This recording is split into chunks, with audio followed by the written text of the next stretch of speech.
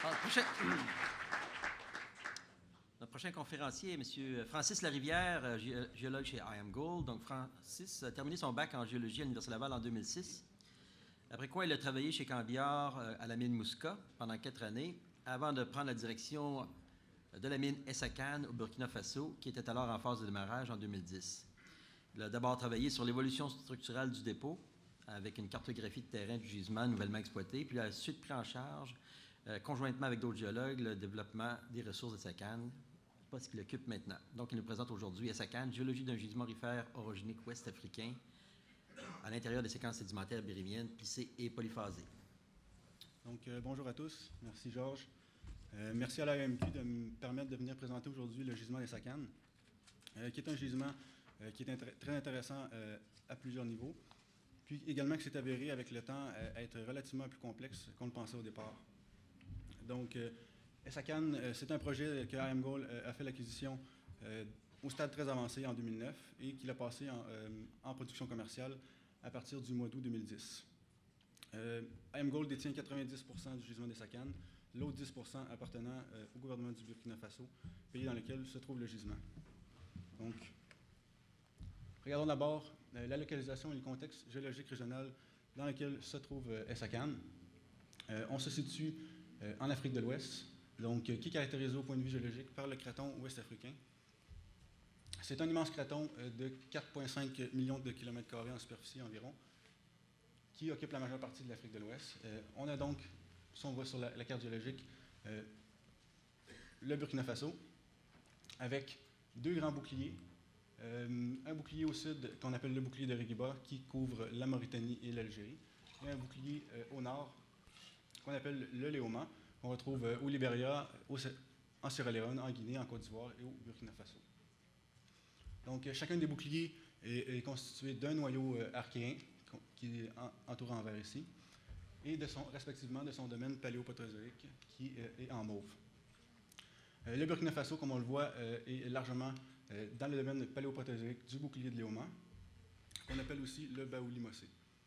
On entend souvent également le terme de bérimier pour parler des domaines paléoprotérozoïques en Afrique de l'Ouest. Donc, le bérimier du Baouli-Mossé est composé de métavolcanites, de métasédiments et de granitoïdes. Si on regarde à l'échelle du Burkina Faso, donc carte géologique, les métasédiments, les métavolcanites sont regroupés en étroites ceintures de roches vertes qui sont déformées et légèrement métamorphosées au grade des schistosphères. Donc, c'est tout ce qui est en mauve sur la carte géologique. Et puis, comme on le voit, ils sont noyés dans une mare d'intrusion éburnéenne qui sont souvent représentées par les suites TTG qui sont caractéristiques de cet orogène.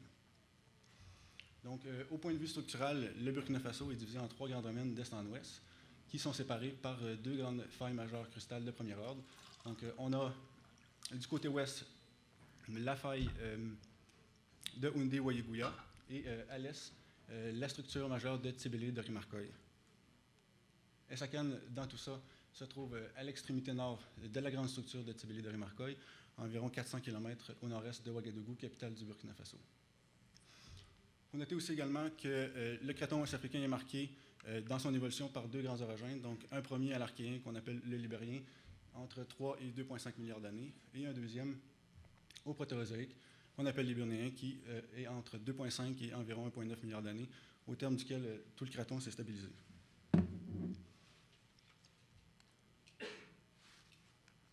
Si on regarde plus localement, donc Essakane se trouve dans la ceinture de roches vertes de l'Oudalan-Gouroual, qui se trouve à la convergence du Mali, du Niger et du Burkina Faso. Donc, l'Oudalan-Gouroual est composé de conglomérats, de séries pellitiques, de séquences volcanoclastites et également... oui, c'est ça. Donc, ces séquences sont interprétées comme étant déposées dans un bassin de faible profondeur, dans des systèmes deltaïques. Les séquences vont subir 2 grandes phases de déformation qui sont associées à un seul et unique orogène, l'Hibernéen au protérozoïque. Donc, le caractère polyphasé de l'Hibernéen est observé également ailleurs en Afrique de l'Ouest. On en distingue 3 grandes phases principales. On va le voir dans la suite de la présentation que dans le cas d'Essakane, on observe les 2 premières phases. Donc, soit une première compression qui est nord-est-sud-ouest, à l'origine de plis F1 orientés nord-nord-ouest, plis dont fait partie la structure de Sakan qu'on voit ici dans l'encadré encerclé en vert. Et également d'une deuxième phase qui correspond au paroxysme de l'orogène hibernéen, qui est une compression qui est nord-ouest-sud-est, qui est à l'origine d'un système en transpression qui va générer des plis F2 qu'on voit au nord de Sakan, et également des structures qui sont plus ductiles, comme des mylonites et des ultramylonites qu'on retrouve dans la faille de Marcoy. Faille de Marcoy qui se trouve à environ une vingtaine de kilomètres à l'ouest de Sakan, qui représente l'extrémité septentrionale de la grande structure de Tibéli de Marcoy dont je parlais précédemment, et qui est également la limite ouest de l'Oudalang-Groual. Donc, une coupe verticale type du gisement de Sakan. D'abord, au point de vue de la stratigraphie, on a des séquences silicoclastiques qui sont à dominance turbiditique, des séries pellitiques avec des alternances de siltite et d'argilite. On a également des grès de nature diverse qui vont être généralement massifs. Également des séries de sels mamatiques, mafiques intermédiaires, qu'on retrouve surtout dans les unités supérieures de la séquence stratigraphique. On peut certainement dire que Essakane est un gisement avec un très fort contrôle structural, donc diverses structures hautes. Comme on peut le voir, bien évidemment, la structure principale est un anticlinal qui est orienté nord-ouest-sud-est, qui est plurikilométrique et polyphasé. L'anticlinal est fermé, déjeté, faillé, avec un axe légèrement plongeant vers le nord à 10 degrés. La minéralisation en tant que telle est retrouvée dans un système de stockwork orienté, donc avec 5 familles dissectionnelles de veines distinctes, généralement dans des assemblages de quartz, carbonate, pyrite et arsénopyrite. Dans la présentation aujourd'hui, je vais surtout aborder l'évolution structurelle du pli de Sakan, moins aborder la minéralisation, et par rapport à cette évolution-là, de voir la compréhension qui en découle par rapport aux différentes familles de veines.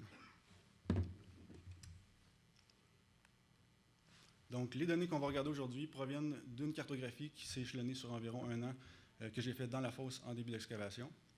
Je me suis appliqué donc à mesurer tout ce que j'avais comme structure, donc les veines, les joints et les failles, qu'on va représenter ici sur des rosaces, avec en magenta la trace axiale moyenne du pli de Sakan. Il faut noter que la fracturation est relativement très importante dans tout le pli de Sakan. Puis on va voir que d'un différent type de structure à l'autre, on retrouve les mêmes familles directionnelles. On démarre donc l'AD1 avec une première compression autour de 40 et 220 degrés de direction.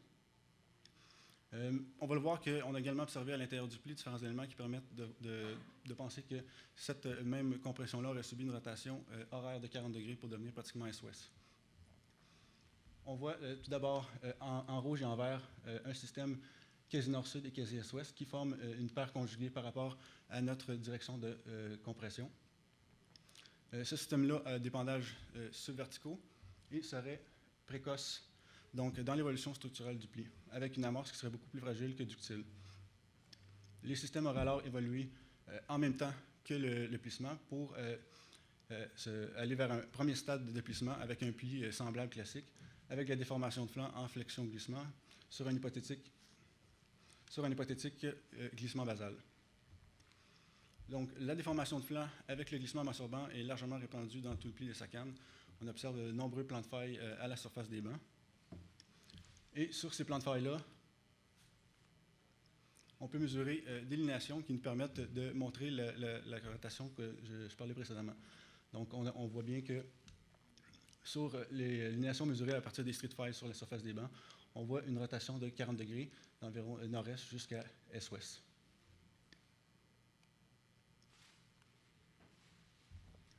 Donc, sur cette rotation-là, on passe à notre deuxième phase orientée autour de 60 et 240 degrés qui correspond à la compression maximale par rapport à l'axe moyen de Sakan. On poursuit donc la courbure de notre empilement sédimentaire.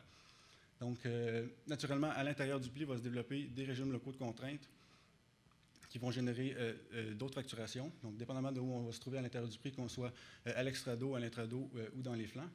Sur ces régimes locaux de contrainte-là, donc, vont s'ajouter deux autres familles à notre système conjugué qui était déjà en place. Donc, classiquement, on a un système axial qui va se développer plus à l'extrado au sommet de la charnière, mais qu'on retrouve aussi généralement répandu dans tout le pli. Ce système-là va grossièrement recouper orthogonalement les couches et va avoir environ un pendage autour de 60 degrés. Donc, on a une déformation de charnière qui va se superposer à la déformation de flanc qu'on avait parlé précédemment. À ça aussi également, on voit sur la rosace des joints une famille en rose qui est ceux parallèle à la direction de compression. Cette famille-là a des équivalents qui sont à la fois penchés vers le nord-ouest et vers le sud-est, et avec un pendage moyen autour de 60 degrés. Cette famille-là correspond à un régime de contraintes locales qu'on observe dans les flancs du pli, donc avec un sigma 1 qui va être vertical, un sigma 2 qui va être transversal au pli, un sigma 3 qui va être axial. On remarque qu'au niveau de la rosace des veines, on n'observe pas cette famille-là, mais cependant, dans les données de forage, on l'a observé à des niveaux plus profonds. Cette configuration-là de contraintes en mode normal peut être à l'origine de fractures conjuguées cisaillantes, mais généralement, dans l'ensemble du pli, on l'observe comme des fractures simples sans mouvement. Cependant, on observe quelques équivalents au niveau des failles, et également dans les systèmes Est-Ouest et Nord-Sud. Donc, on voit ici des exemples des systèmes de failles normales et décrochantes. Donc, à gauche, on a des jeux normaux sur les failles nord-est-sud-ouest sur la stratification. Et on observe à droite des cils qui vont être découpés par les failles d'Ex nord-sud. J'ai eu la chance de mesurer quelques linéations sur les street failles du système nord-sud et du système Est-Ouest également, et d'en déterminer aussi le sens du mouvement par rapport à ces cils-là. Donc, en assumant que tout ça est contemporain, avec des mouvements respectifs qui sont sénestres sur le système Est-Ouest et d'Ex sur le système Nord-Sud, à partir des diodes, on voit qu'une compression qui correspond globalement à notre D1. Parlons un peu de la minéralisation. Donc, on pense que le système hydrothermal serait relativement précoce dans l'évolution structurelle du pli de Sakan, avec un apport de fluides qui vont remplir tout le pli et aller s'insérer dans tout ce qu'il y a comme porosité et ouverture, donc la stratification et la fracturation, et qui vont aussi généralement se loger plus près de l'apex du pli. Les veines dans la stratification n'apparaissent pas donc sur la rosace ici que vous voyez, parce que la cartographie a été principalement faite dans une unité de grès massif sans structure et peu stratifiée. Mais lorsqu'on se retrouve dans les unités plus argileuses et plus stratifiées, c'est une famille qui prend beaucoup d'importance. Les différences rhéologiques également entre les différents types d'unités vont faire changer la façon dont ces unités-là vont se déformer. Donc, les grès vont être plus cassants et les unités argileuses vont être plus ductiles. Cette relation synchrone entre l'AD1 et la minéralisation s'observe dans la déformation de flanc. Donc, on voit ici à gauche des veines qui sont cisaillées dans la stratification et à droite des veines qui sont découpées par le mouvement banc sur banc, veines qu'on retrouve dans les autres systèmes de l'AD1. Les veines qui sont cisaillées dans la stratification sont les seules à présenter une structure claire de mise en place. Donc, dans les autres systèmes, on n'observe ni cisaillement, ni extension oblique. Elles ont un caractère plutôt massif sur des fractures sans mouvement, avec une ouverture seulement sur la pression des fluides.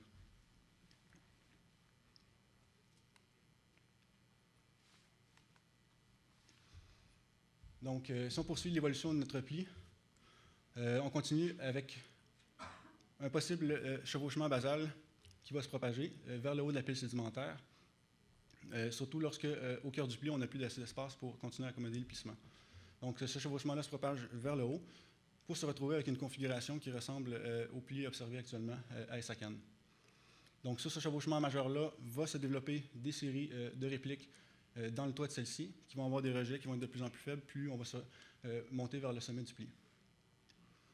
Il faut noter qu'on n'a encore jamais recoupé en forage le chevauchement principal. On n'a ni recoupé les strates qui sont subhorizontales dans le mur de celle-ci, donc on reste encore dans le domaine de l'hypothèse. Tout ce qu'on observe pour le moment, ce serait la partie qui est dans le toit de la faille principale. Donc, les éléments structuraux d'un affleurement clé qu'on observe dans la fosse avec les déformations de flanc. Sur la photo de gauche, on voit en haut une faille de stratification fortement cisaillée et bréchifiée. Sur la photo de droite, on voit que sur environ 30 cm, les lits sont complètement détruits. Et ce qui se produit, c'est que sur ce cisaillement simple-là, banc sur banc, va se développer un système de cisaillement en ridelle avec une attitude R à 15 degrés du cisaillement banc sur banc. Donc, on se retrouve avec des chevauchements de flanc.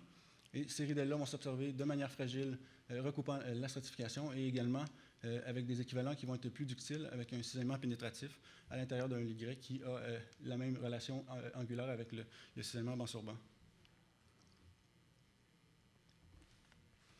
Donc, on passe donc d'une déformation en flexion-glissement vers une flexion-écoulement avec un fluage interne à l'intérieur des flancs.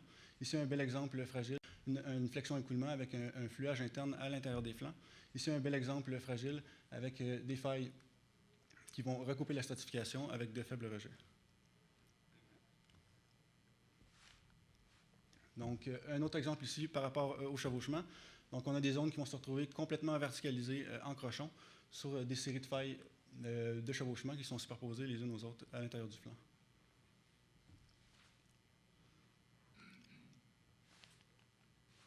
Donc, dernier stade de la rotation de D1, on rajoute un autre 20 degrés à notre axe de compression pour se retrouver pratiquement S-Ouest. Si on remplace la trace des systèmes conjugués par les champs de compression et d'extension, on se rend compte que la relation angulaire entre nos structures qui sont préexistantes et la nouvelle direction de contrainte va faire que notre système S-Ouest va se retrouver attaqué quasi parallèlement par la compression. Et notre système nord-sud se retrouve dans le champ de l'extension. Petite figure ici tirée d'une publication de M. Robert qui présentait tout juste avant moi, donc qui illustre un peu ce qui se produit sur un système préexistant par rapport à un nouveau régime de contrainte. Donc, les fractures qui sont dans le champ de la compression vont subir de l'extension et celles qui sont dans le champ de l'extension vont possiblement cisailler. Malgré une faible population de données de failles, ça peut expliquer pourquoi j'ai mesuré plus du double de failles dans le système nord-sud que dans le système S-ouest. Et également expliquer un mouvement normal qu'on a observé sur une structure subverticale S-ouest qui subit de l'extension. Finalement, on passe à la D2. La D2 qui est une compression nord-ouest-sud-est associée à la compression majeure de l'Héburnéen. Les effets de cette D2-là ont été clairement observés pour la première fois à l'ouverture de la fosse au nord avec l'apparition d'un synforme un peu singulier à l'ouest du pli principal. À prime abord, on pensait que ce synforme-là avait un axe qui était relativement parallèle au pli principal, mais après l'avoir mesuré, on s'est rendu compte que le flanc ouest du synforme avait des directions de couche qui étaient à plus de 70 degrés par rapport à l'axe du pli principal. Donc, un petit schéma pour illustrer de façon simplifiée un peu ce qui se produit. C'est que la compression qui est nord-ouest-sud-est est quasi orthogonale à l'axe du pli. Donc, on se retrouve avec un plissement avec un axe nord-est. Donc, localement, à l'intérieur du pli, on va avoir des replissements comme on observe à l'ouest. Et ici, on se retrouve avec un pli un peu étrange en forme de cuvette avec deux flancs qui ne sont pas parallèles un à l'autre. D'autres structures qu'on a observées aussi par rapport à cette D-là. Donc, à l'aplomb de ce replissement-là, on observe des systèmes de failles inverses qui sont opposés et à caractère électrique, également orientés nord-est. Et sur le flanc est, on a également observé des linéations subhorizontales qui sont provoquées par un mouvement banc sur banc sur cette compression qui est suborthogonale.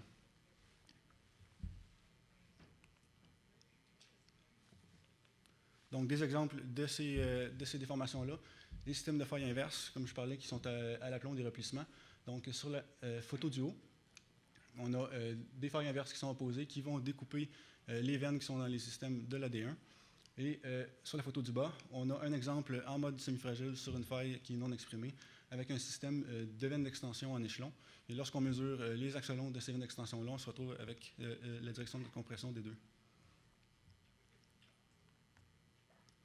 Finalement, les mouvements subhorizontaux sur les bancs nous donnent également une compression qui correspond à la D2. Et ce qui se produit également qui est un peu étrange avec ces mouvements subhorizontaux, c'est qu'à l'intérieur du pli, donc on a des discontinuités S-ouest qui sont associées à la D1. Et lorsque les bancs vont glisser de façon subohorizontale les uns sur les autres, ils vont venir se buter sur ces discontinuités-là et carrément venir se repousser sur celles-ci localement. Comme on voit, la D2 a des effets qui sont plutôt locaux et hétérogènes à l'intérieur du pli des sacanes. La question qu'on peut se poser, que je me suis posée, c'est pourquoi cette D2 qui correspond à la compression maximale de l'Héburnéen a si peu d'effet sur les formations insacanes.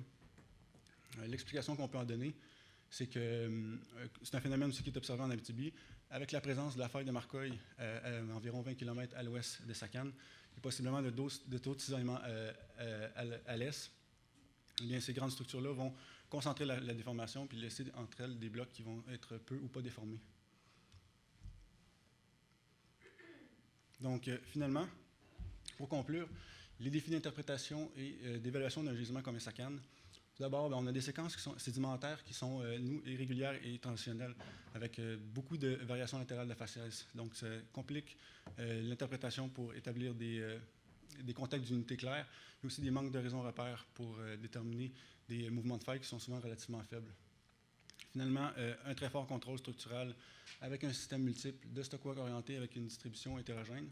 On peut parler aussi de contrôle stratigraphique, parce que naturellement, le système d'empilement sédimentaire va influencer la façon dont tout le système va se déformer.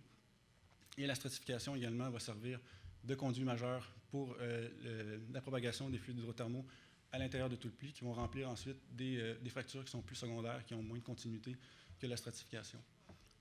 Ensuite de ça, une tectonique polyphasée, donc, qui va venir nous replisser notre pli. Tout ça mène à une difficulté à choisir une orientation unique de forage pour chacun des flancs, donc à savoir comment bien recouper la minéralisation et également avoir un bon recoupement stratigraphique pour comprendre la déformation, ce qui n'est pas évident. Et finalement, se rajoute à ça, SACAN, une minéralisation aurifère qui est très pépitique avec de l'or grossier, qui est agréable pour l'œil du géologue, mais qui, pour les calculs de ressources, viennent compliquer le portrait. Donc, ça complète ma présentation.